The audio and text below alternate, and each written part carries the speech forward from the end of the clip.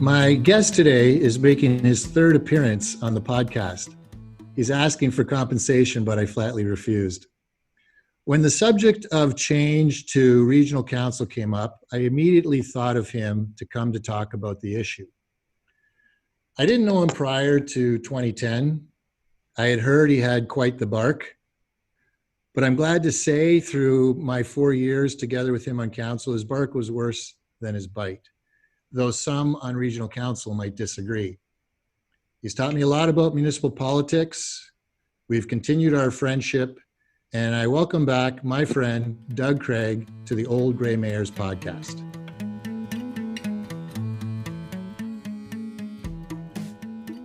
Douglas, welcome. Well, it's good to be back. I'm glad you're learning a lot. Yeah, that's right. Keep it up. You might send me a bill for the education. So last time we were here, we were talking about taxes and all of that issue about whether they're efficient or not and the difficulties. And we could probably continue on a discussion after what COVID is doing and the pandemic times are doing to the municipal coffers. Right. But the thing that struck me recently was this proposed change to the makeup of council, and I thought it might be interesting to have a chat about that. But before we get into that, I just want to ask you, Doug, why don't you give us an update on what you're up to these days? Well, what I'm up to is I'm busy every day just trying to get into better health. So I work on that every day. I go biking every morning. And I work out at home in the gym. I used to go to the gym, but obviously can't do that anymore. Yeah. And I just recently did a cooking show. So I'm going to be on a cooking show for TV, so which was kind of interesting. I got asked to do it. So wait a minute. Somebody want a mac and cheese recipe? What was it you were cooking? It was an old great-great-grandmother's raspberry cake. That's what I baked. Oh, my Lord. Yeah, it was Ginny's, my wife's great-great-grandmother. So they wanted to bring generational recipes and generational people, I guess. And I certainly qualified, and I did a segment. It's being edited right now, all the good stuff. There's a lot of good stuff in it. So I'm sure Ginny's right by your side, no doubt, through this taping. Anyways, no, it went very well. And I'm keeping an eye on things that are happening. I'm writing columns in both newspapers. Periodically, once every, it looks like 6 to 8 weeks, I do a column, depending on the flavor of the month, sort of what's going on. And there's a lot of. I think it's good that you're doing that. It's always important, as I'm finding through these podcasts. I mean, you learn a lot from history. We don't want to keep repeating ourselves in a sense, but hopefully we learn to take some of the knowledge from history to apply it to the future to make better decisions going forward. Gives you a context. Yeah, exactly. So just on the exercise in the morning, though, I understand it's you're doing a bike ride of about 17 kilometers, is it? Every morning, yes. And takes you out through Blair. That's correct. And Rare. Near Rare. I remember one time you and I had to go to an event at Rare. It was when they were doing the community gardens, and everybody was dressed appropriately, and I show up in a suit for the event because I had just been coming from court. It was just an interesting time. But the interesting thing, you've always told me the story about Joe Martin and the signage out there. Why don't you tell us about that a little bit? Well, I used to always claim publicly at the regional council and city council that Rare was the crown jewel of Cambridge. Well, of course, if you look at the geography of it, only 10% of it is in Cambridge and 90% is in North Dumfries. Now, Joe was a great guy. He had a backbone. He was great at the region. He stood up for things, which I really appreciated. But he got his nose out of joint with me. And so he had signs put up. He had a sign put up, you're now entering North Dumfries on the Blair George Street Road going to Blair. And about 4 kilometers later, you get another sign, you're leaving North Dumfries. He wanted to make the point that, in fact, only a very small portion of Rare was in Cambridge. So it always was a bit of a joke with everybody. And just a plug for Rare. The thing I didn't realize until I was mayor was that Rare is like the size of Central Park in New York. Yeah, it's about what is it, 900 acres? Yeah, Yeah, very it's much. massive. But and regional council has been very slow to understand the importance and the impact of Rare in the regional community. They wanted to run a highway system right through the middle of it, run bridges across the river to the limestone cliffs from the hospital, then run a road right through the middle. That was a uh, huge issue in 2001, 2002. We stopped it, and Yeah. then they declared it should be a conservation area, and all the people that wanted the highway then decided they were conservationists. So let's just touch on, when did you first appear on regional council? Approximately Back when was that? 1991, I was on regional council for 3 terms in 1991 to 2000. Okay, and then after that, what? I was mayor at 2000, right up to 2018. So then you continued on as mayor for another 18 years. Yeah, so I had a continuity of 27 years in regional council. Wow. So, okay, so 91. So you were right. A lot of the things we've talked about on the podcast where I was just doing a talk with Jane Mitchell. We were talking about some of the downsizing from the Harris government, which happened just before she got there because she got on in 2000. She basically took Lynn Wollstonecroft's seat when she came on. So you would have been dealing with all of those things going on, the amalgamation talks and all Yep. of that. I was faced when I became mayor with the fact that Cambridge was on the B list to be amalgamated. They had amalgamated Hamilton, Ottawa, Toronto, of course, but they were getting such severe opposition all over the province. They were finding out also they had to put in transitional funding to make these things worth and the hundreds of millions of dollars. And they just suddenly, the Harris government suddenly stopped. And Cambridge was on the next list with the region of Waterloo to be amalgamated. Right. Yeah. But before that, though, let's go back. As I was doing some research for today's talk, I was taking a look. I was curious when the region of Waterloo started. And I think it was around 73 or something like that. Before that, it was, Waterloo County and Kitchener and Cambridge. But also then I noted in 73 is when the city of Cambridge was incorporated. That is correct, yes. So there was that kind of double whammy. You're part of a region, you're part of a city. A lot of your identity, of course, has been sort of glossed over with these new terms, new names, and new responsibilities. So was that a precursor to being part of the region then, that the Hespeler, Galt, Preston were amalgamated to then be part of the region, or was that I believe it was all at the time. I arrived a year after that in 74, but I believe that was all part and parcel of the whole thing. They amalgamated everything. Okay. Just as an aside, I was as a part of this research, I was noting that the name for Galt originally was Shades Mill. Right. And when they changed it to Galt, there was a lot of hue and cry about that until John Galt actually made a visit to the community, and then everyone seemed to be fine with the Galt name after that. That's how it works. It's all everything's political in life. Come to terms with it. Nothing changes too much. But so when you were elected in 91, you were part of the double direct election process? That is correct. So I sat at the region, and I also sat on local council. Right. So just to explain for the listeners, there in the city of Cambridge, you would have councillors elected in wards, but then you would have two elected at large? 2 elected at large, yes. And they would sit on city council as an at-large member and regional council. That is correct.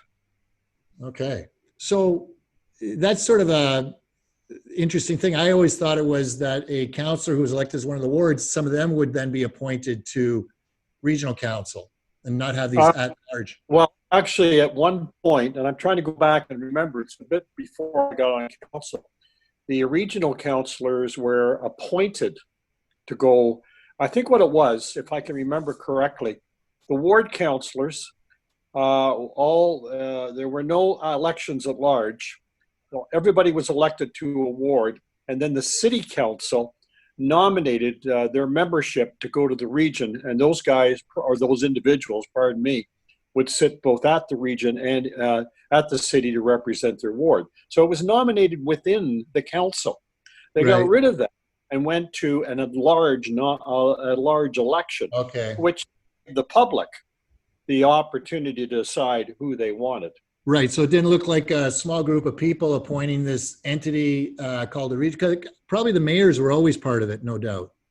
Yes, I believe they were. And also, it was the same at regional council. The regional chair was never elected at one point. He was appointed within the council. So making that person, I mean, and that's a heck of an election. I can tell you from my own experience running for regional chair. Like, you're basically campaigning over 5 federal ridings. I mean, it's just a massive undertaking. I don't agree with it, but but I agree with you. Yeah, it burnt me out. You don't agree with the idea of electing one person from, like? No, not at all. What do you propose? 5, not over 5. No, that's not manageable for an average individual with average reason. But what would you do? What's the alternative to getting to a fine? Well, I think you would come back to an appointment within the council. Just have someone be the chair of the council. Yeah. No, I could. Well, one part of me concurs with you on that, because I was so burnt after that election. I didn't want to touch another political sign again after all of that, because it was massive. So you're operating under the double direct election process. But eventually that changes to a direct election. What do you call it? Is it a direct election to regional council? Well, they call it the separated councils. They separated the councils by not allowing a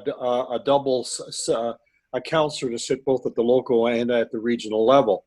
So the election at large in the city for the region, you only sat at the region. Okay, so they separated the councils. I never agreed with that.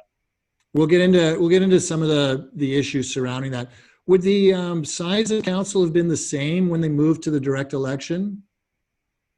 With the size of council, yeah. Well, no, they reduced it. I think there was 10, and they reduced it down to 8 because the 2 at large didn't sit locally anymore. So they just stayed at the region, and council just had the eight wards. Didn't have 10 representatives for the city.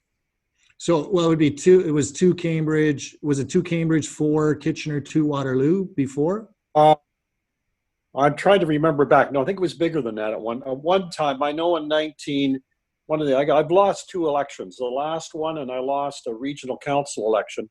And the one I ran in 1987, I think it was, there were 4 positions at large. For Cambridge? Okay. For Cambridge, yes. That was eventually reduced. Wow, if Cambridge had 4, that's a pretty big regional council. The big regional council, but it was all proportionate. Waterloo would have 4, Kitchener probably 8, but it was. Plus all the mayors. Plus the mayors, yeah. Wow, yeah. So that gets to be a lot. So there were 6 people running, and I came 5th. Only 4 went. Wasn't a good day. Well, you weren't last. I wasn't last. Yeah. So thank you. I need that. So how did the change come about then to go away from the double direct election? Well, the region chair at the time wanted to have separated councils, and he worked on that for a couple of terms, trying to get a vote through regional council, and eventually the vote carried. Okay. But let's put on a neutral hat for a second. There must be arguments for a direct election approach. Well, that people would know who would be. I guess the argument was something to the effect that they would know, the average individual would know who's totally responsible for the regional services, and it wouldn't be confusing. I guess clarification, I guess, was the argument. Was there the parochial concept too, like trying to get away from that sort of the entrenched? I'm with the city of Cambridge. The city, you're quite correct about that. That's something I forgot. They wanted to get away from the cities having too much influence at the regional level. Because of the view, driver. They weren't making regional type decisions. There was too much of an eye. They're not making regional type decisions right now. Okay, just so you know. All right. I hadn't heard that from you before. Oh, you're hearing it now. So when the change happened, then would that have been was it around 2000 or? 2000, I believe. That was the year. It's the Okay. year I became mayor, Andrew. I think that was the year I became mayor. All right. So I guess one thing when you're running for regional council, or as you were running as the at-large, isn't that bit difficult though? I mean, you're at large, you're the regional rep, you're at large in your city. Like, there's no particular ward that you're connected to. So from a city Well, perspective, no, it wasn't that hard at all. And I'll be very frank and honest because this is what this show is all about. Most people absolutely. didn't have a clue. Then most individuals didn't understand the system, didn't understand what regional counselors did. They would phone the ward counselor. I rarely got any Right. calls. Yeah, Okay, and that I went happens now. on council. Right? That happens now, doesn't it? I mean, most calls go. Go to the most calls. Most people phone their city councilor. Okay, Yeah, or the city mayor. right. So back then, if you were a city councilor and the regional councilor, you'd be in the same situation. Most people would call the person from their ward probably versus the But at large. rarely, I think I averaged from constituents within the city around 1 or 2 calls a month. Right, because they would call the other people that were They there. would call the ward counselor. I mean, I did a lot of work in the city, but Right. that was the system and how it worked. I guess the interesting thing though is if you're running at large that way, I mean, it gives you a better opportunity to run for mayor because you're known all across the. All It was across. a stepping stone. Actually, it was a good system because it was a stepping stone for people to move up eventually to the mayor's job because they were testing the waters at large each election. So Right. they knew what kind of support they had across the city. And under that system too, you would be more attuned to what's happening in other sections, other wards of the city, so to speak. Well, of course you would be, okay? And Yeah. you wouldn't be parochial within the city. You would have to Yeah. have a city view.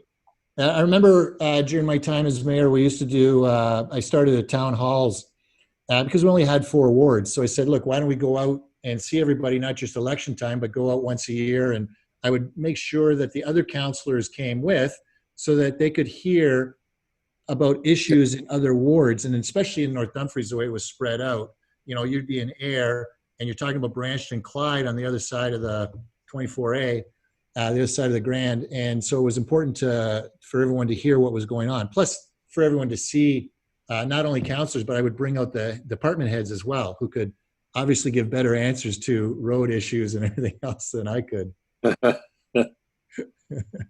So that was certainly a benefit. So now regional councils having to do a review, and at first I was wondering, why is this review coming up at this particular time? Well, I think it's probably the worst possible time to do the review, and I think the review is on the wrong subject. First of all, you're in the middle of a pandemic. People are suffering through this pandemic. I think emotionally, monetarily, in every possible way. And the last thing they want to do is to do a survey on why you might want to have more politicians, and Now, that's going to come back very negative. right, but they have to do it though. I mean, the municipal act requires them to go through this review now. Well, This of is course something they that's new. do. I understand that totally, but they're asking the wrong review questions. What Yeah. they should do, and which they're not doing, is to ask if the public understands the function of regional government. What are the services that are provided? As an example, William Palmer, when he did a review in the Palmer Commission report way back when, they asked 5 basic questions about the public's knowledge. Who's in charge of police, who's in charge of our waterways, who picks up the garbage. There are 5 basic questions. They Right. found out only 1 person in 50 could answer all 5. So Palmer's conclusion was that when people cast their votes, it's votes in the dark because they don't know what they're voting for. Right. I don't think it's any different today. So isn't this an argument for amalgamation then? No, it's an amount. I think it's an argument to reinforce the cities and to bring things back to the city because that's what people think in terms of their neighborhoods and their overall city. They don't think in terms of the region at all. But if you got rid of the cities and the townships and just had one amalgamated entity, wouldn't they just think about everything in terms of the one amalgamated entity? Well, do you think in Toronto, that's how people think? They think in terms of Leaside, Scarborough, North York, the beaches. That's what they think. And you're a Okay? Toronto boy, so yeah, you know those areas. So I know what you're I do talking know about. those. I know the areas in Cambridge too. I Yeah. don't know, as a regional, I'll tell you, what do I know about Wilmot, Wellesley? What do I know about North Waterloo? What does the average politician at the region? Right. Okay, don't. They haven't got a clue. Right. So there's a point there that you know the area, you know the history of the area, you know the Correct. sentiment, you know the people of the area, you know the wishes of the people of the area, and you can do it. The only issue though then becomes it comes down to what we're seeing now is, and we'll get to these changes in a sec, but it just segued into this area. The councils of the day now, because of COVID and the pandemic times we're in, are suffering financially. Wouldn't we be better off with an amalgamated entity to deal with this financial crisis? Well, how would that help? In terms of we're not funding as many municipal entities, we're just dealing with one municipal entity. We have gone through this argument ad nauseum about amalgamated cities, and they do Okay. not produce savings. Okay? The documentation you could bring in a front loader, okay, and dump it on your desk. It does not give you any savings. In fact, what they have found through the most recent studies coming out of the Monk School in Toronto is that populations below 50,000 are the most financially beneficial for municipalities and services. Once you get into services over 150,000 people, you get diseconomies of scale. That's what you get. That's a fact. So the problem with regional councillors and councillors in general and Queen's Park is they're caught up on the amalgamation philosophy that has been totally disproven. But as a mayor of a township, I always felt comforted by the fact that I had the region there to deal with some of the heavy lifting, like water delivery. Correct. Okay. Garbage and waste is a significant issue. Maybe it could have been something we dealt with on our own, but it was also good to have that. I mean, given the big projects like Blue Box and Green Bin and other issues, was certainly comforting to have the region there to be managing all of that. So, I mean, that's a benefit for the smaller townships and communities, isn't it? Well, absolutely. But if you look at the United States, the strongest economic entity in the world, they don't have amalgamated cities. Okay, I've been through this argument a dozen times. If you look at the city of Chicago, there's 300 within its context and 42 municipalities. Okay, and they have intermunicipal agreements. North Dumfries had intermunicipal agreements for fire, an example. Yeah, exactly. And they don't amalgamate things down in the States. They are not all amalgamated cities. Boston is around 240 amalgamated or different entities within its context. Pittsburgh has 105 police chiefs. It all works. It's all economically, booming throughout the States at one point before COVID. And they're not amalgamation is a Ontario thing, and it's a dumb thing. Okay. So it's the concept of the perceived concept of economies of scale, but there really isn't economies. There aren't. Look at I think the Silicon Valley. It's 19 cities. It's not one city. Okay, and it's the world leader. I mean, it's the same typical stuff we find. Amalgamation, it does not bring benefits financially to help people. But what about the things like water delivery, though? Well, you get intermunicipal agreements between 3 or 4 municipalities, and you have agreements between them to provide water to all, or something like that. That's how the United States does it. Is that services board concept? Well, possibly a services board. It's interesting, in the United States and the states, individual states, they don't have a municipal affairs office. Doesn't exist. Only in Ontario do we have that nonsense, and they don't even understand what cities do. Okay. They do a lot. So, okay. So good discussion, and maybe something we'll pick up on another time. Maybe I'll get someone else on here. We'll get like pro and con and Well, have do that. have an online debate. Ad nauseam. Right. Go ahead. Yeah, okay. So let's just talk about this change. Okay, so the reason why it was a surprise to me when I saw this survey Yeah. come across the social media, and I was curious why. But it's maybe the province should have said, "Hey, let's just suspend this because you technically have to make a decision by the end of 2020 because it will impact the 2022 municipal election."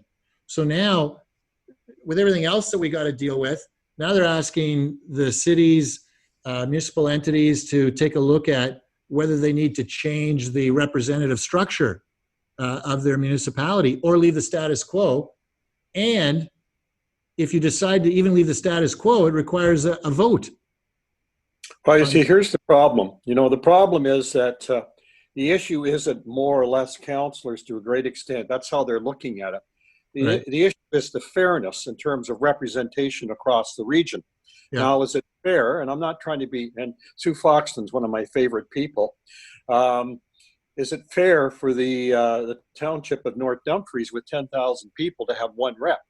I mean, if we replicated that for Cambridge would, by ratio, we'd have 13 reps. See what I mean? So there's a real imbalance in terms of the rural versus the regional, or versus the cities. So what you're saying is that the township of 10,000 people, give or take, has one vote, and city of Cambridge with a population base of 140, 50?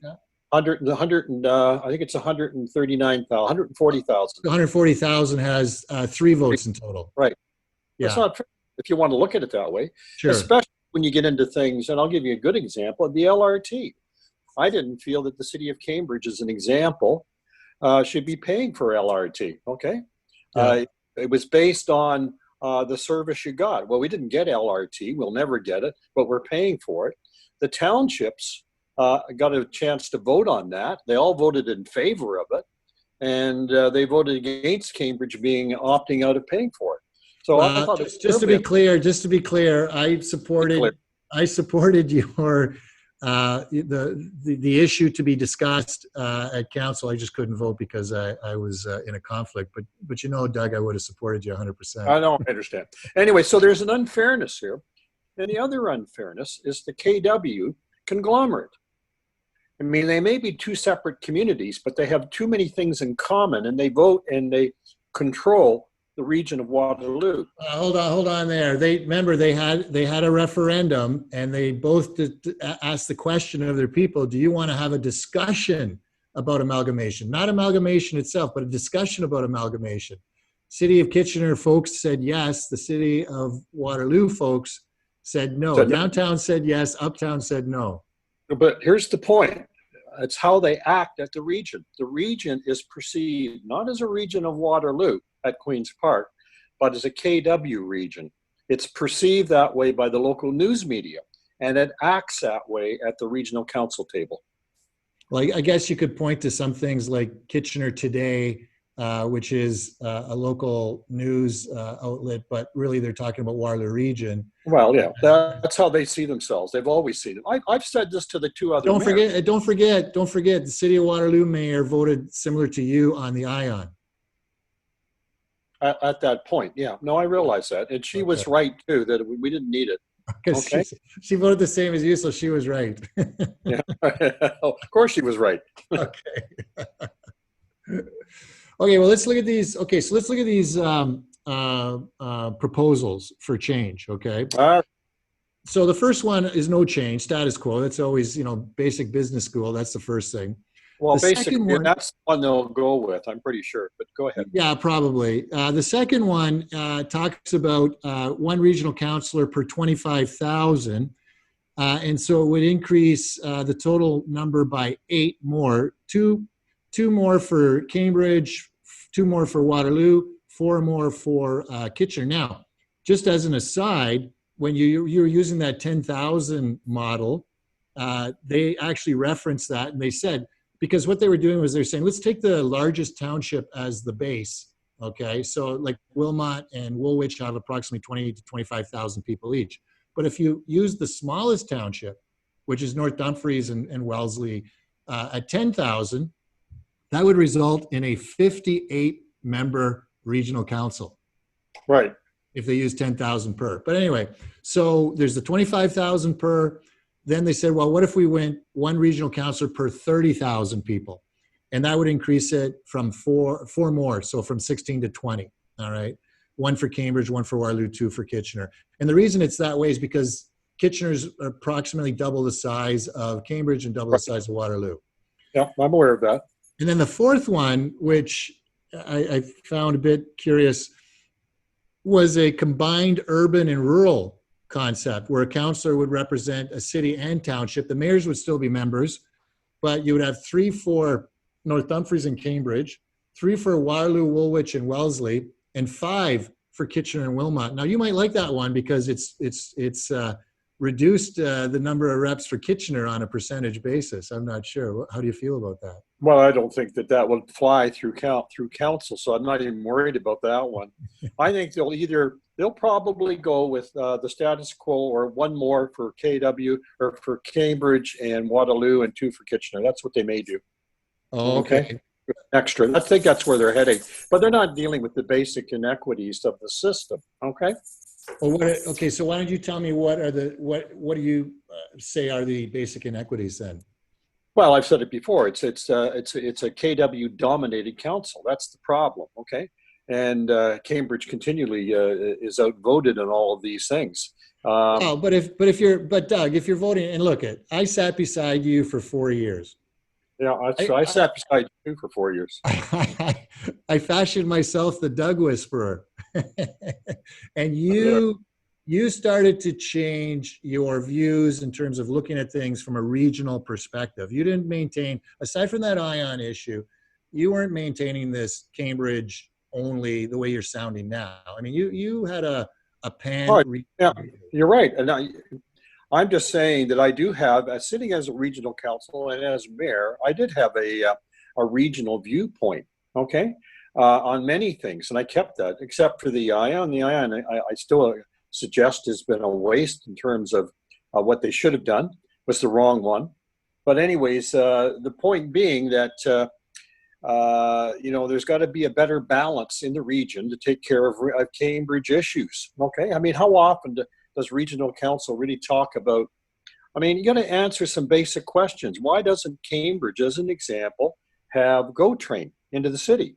Okay, why is it that the route around Cambridge in terms of getting traffic out of the downtown is dragging on 10 years behind, 15 years behind where it should be? Those are the kinds of issues regional council never talks about. Okay, let's hold on. We're going to talk about those two specifically since you just brought them up. I'm not letting you get away with and look, you're not using this podcast to suddenly turn into the angry Doug from Cambridge. Okay. Taking care of my city. Anyways, go ahead.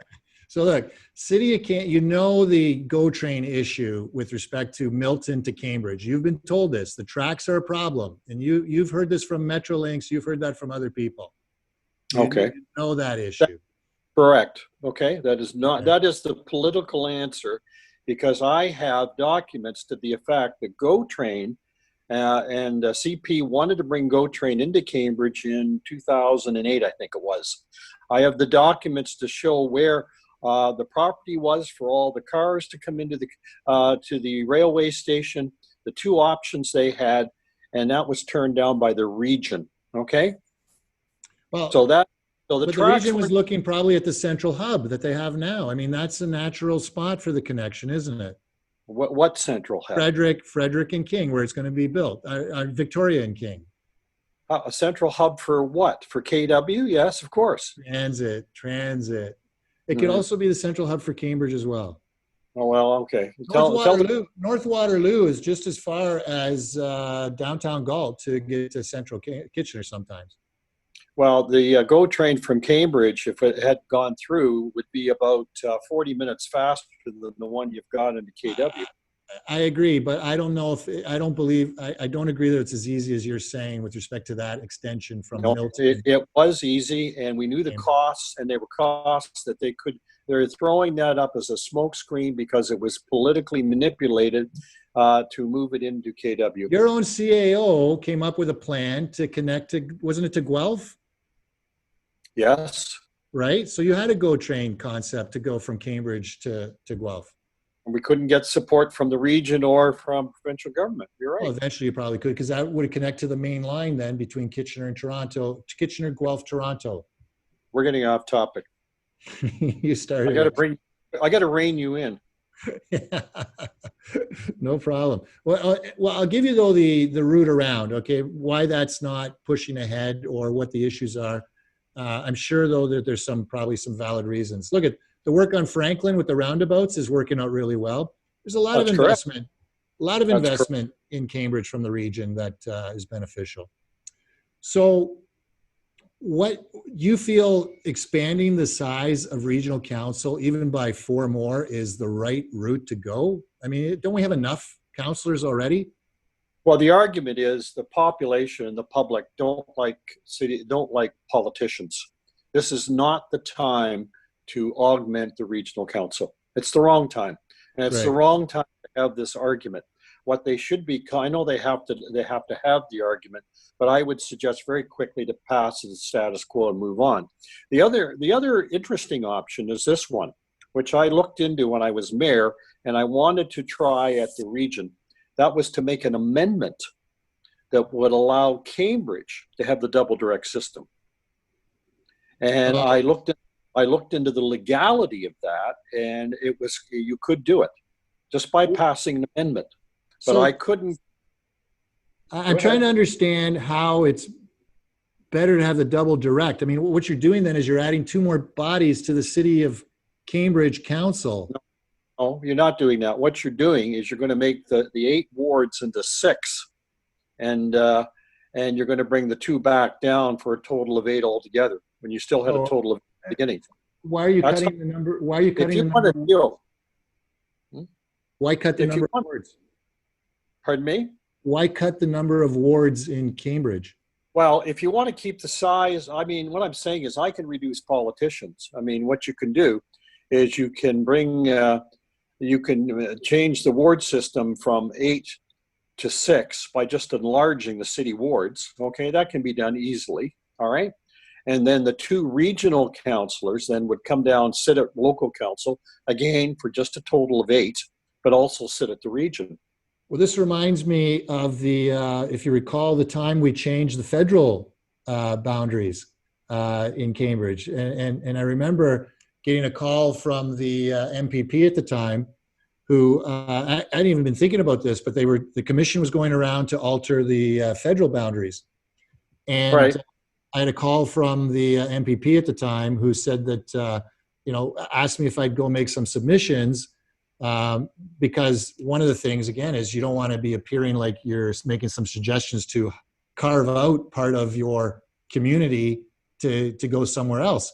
And the principles at the time that we were dealing with were representation by the population size, how many people are you representing, and interests of commonality or interests in common. And those are sort of the 2 principles that were used to decide whether you could reshape and have groups together.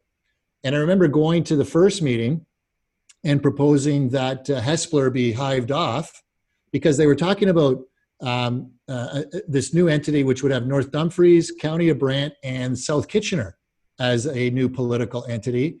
Cambridge would have been left in its entirety. And representatives from the County of Brant showed up as well and said, well, look, you can't count our numbers with Brantford because it's overinflated by various groups that we have. County of Brant should stay with Brantford because there's a strong commonality, common interest amongst them, even though it's a little bit higher. So when the initial report came out, they still had us in the Kitchener South conglomerate with North Dumfries and a little sliver of County of Brant because they kept most of it with Brantford and they left Cambridge on its own. So I had said at that time, well, let's hive off. I went back to the commission. I said, look, it still works. Cambridge and North Dumfries stay the same because we have so much in common. But you could take north of the 401 and put Hespeler and Kitchener South together, which was north of the 401, because Cambridge, and we talked about this earlier about 73 and the 3 different entities, still very much is 3 different entities. And so it was interesting that proportion, number of people by population and commonality is key. What I'm getting at is for Cambridge, that's important because you have your ward system. And if you're at 150,000 and you say 25 to 30,000, you could go down to 6 as you're suggesting. But what I'm going to say to you is this 25,000 or 30,000 people per regional representative doesn't matter. Nobody calls their regional rep anyway. You could have 2 regional reps for 100,000 people, and I don't think, or 100,000 per rep, and it probably wouldn't matter in terms of the amount of work that the people are doing, the counselors. What do you say? Well, that's true. I mean, I've already stated that about the region. I think the biggest bonus of bringing the regional reps down to sit at local council is the connection with the local council and what is happening on a regional, citywide basis, and the connection that is then made politically, okay, in terms of how the city feels about different regional issues that those reps can take up, okay, to the region. I think that's the bonus in it all. We lost that. Isn't that covered? I can see that, but the parochial issue is strong when they're elected and part of the city council and the regional council. That is a significant issue. But what I'm getting at is if you're elected as the Cambridge representative, you're still the Cambridge representative to regional council as you are now. So there's still that connection to Cambridge issues, but with a regional focus. And what I'm getting at is rather than, why don't you reduce, instead of adding 4, why don't you reduce 4? 1 for Cambridge, 2 for Kitchener, 1 for Waterloo. Well, you can do that. You can do all kinds of things. I don't disagree with you about that. But what I'm saying is I think the bigger issue here, and I've tried to get at the beginning of the podcast, is the relevance of regional government to the local citizens. Well, I think there's important. I'm not buying that completely because I mean, look at the region does. First of all, it's a $1.5 billion budget, so they're doing a lot of work for the community every year. The average person doesn't relate to it. They don't know what they are. Why don't you, if you go out on the street, you ask the first 20 people, who are your regional reps in Cambridge? They won't know. They won't know. Okay. I agree with you. But if you ask them, are you happy with the service of your municipal government? Don't worry about it, Cambridge or the region. Are you happy with the level of service? They're going to say yes. Yeah, I agree with you. Okay. So whether they know this street is done by the region or the city, at the end of the day, isn't it the most important thing that they're happy with the services and the level of services that they're receiving and that we're getting overall good government in our community? When you compare cities and to the province and the federal government, you are getting good government. I maintained that for years. Okay. Yeah, and that we're going to have agreement. Okay, for sure that you get quality, you get the best bang for your buck at the municipal level. Of course you do. Okay. And so what you do is you have the province coming down to tell us how we should do a better job, and they're the worst run government in Canada. But anyways, go ahead. Just the province or feds in general. Okay, I understand what you're saying. Yeah. So the other thing that I found interesting in this, and it was kind of funny because the region in their report says we have one of the smallest regional councils, and they say we have same or fewer councillors than single tier municipalities like Ottawa, which is 23, or Hamilton, which is 15. But they leave out all the politicians we have at the local, at the city and township level. Right. I mean, we just have so many various councillors in this community. Doesn't that number kind of raise a concern about having too many people? It doesn't raise a concern in the United States. Chicago, Boston, Silicon Valley doesn't bother anybody down there. Okay, it doesn't. It's a non-issue. So the change, though, that'll come, and it's what's interesting, though, the other part of this is this concept of the triple majority, which not a lot of people are aware of, and it doesn't come up too often. It came up. It doesn't come up because it's impossible to enact. Go ahead.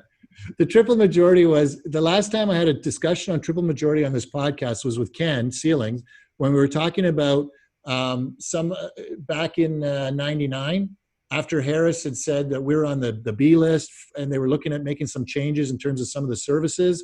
And there was a proposal going forward, but they lost out on the voting on the triple majority because at that time, two councilors or two mayors from townships that Ken hadn't thought of voted the other way, which is probably one of the only votes he's ever lost in terms of regional council. But it's interesting, the triple majority, which is a majority of votes on regional council. That's the Correct. first one.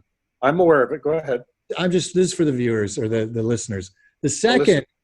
second is supportive resolutions passed by a majority of the councils of the area municipalities. Okay, so you got a majority on regional council. Yep. You got to have 4 out of the 7 municipalities, but those 4 of the 7 municipalities have to represent a majority of electors in the region.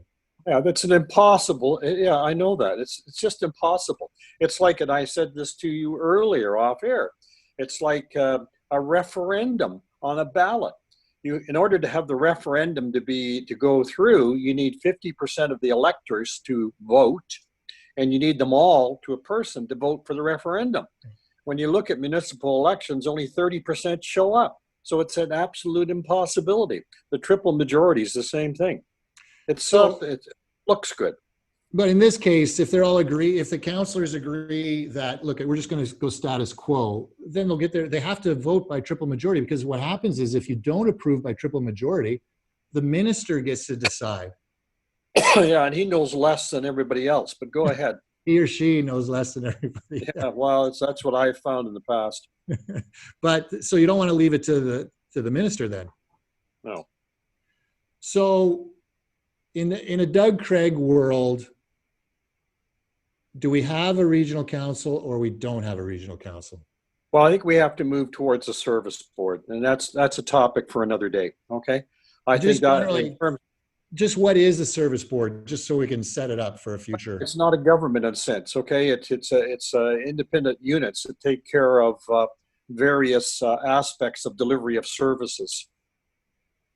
Like I said, that's for another day. It's a very and that's by agreement by each of the municipalities. Of course it is. Yeah. All contributing money to an entity that's run like a corporation. To some extent, yes. There'll be representation on it, but I think a lot of the services can come back to the cities. I really do. Wow. Okay.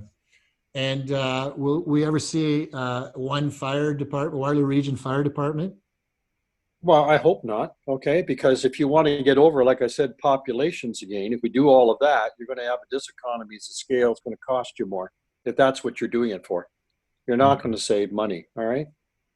All right. Well, listen, Doug, it was a vibrant and rousing discussion, and you get putting on your squeaking in your Cambridge hat every once in a while. I'll keep working on you. Well, let's be honest. Somebody has to. Okay.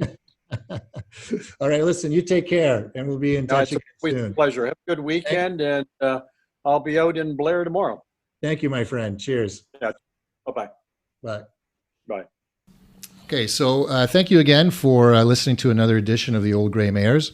My name is Rob Deutschman. I want to thank my friend Alex Kinsella for putting it all together and making the magic happen. And you, the listener, for taking the time to listen. And again, if you have any issue or topic or person that you think would be an interesting interview, please feel free to reach out. I'd be happy to make it all happen.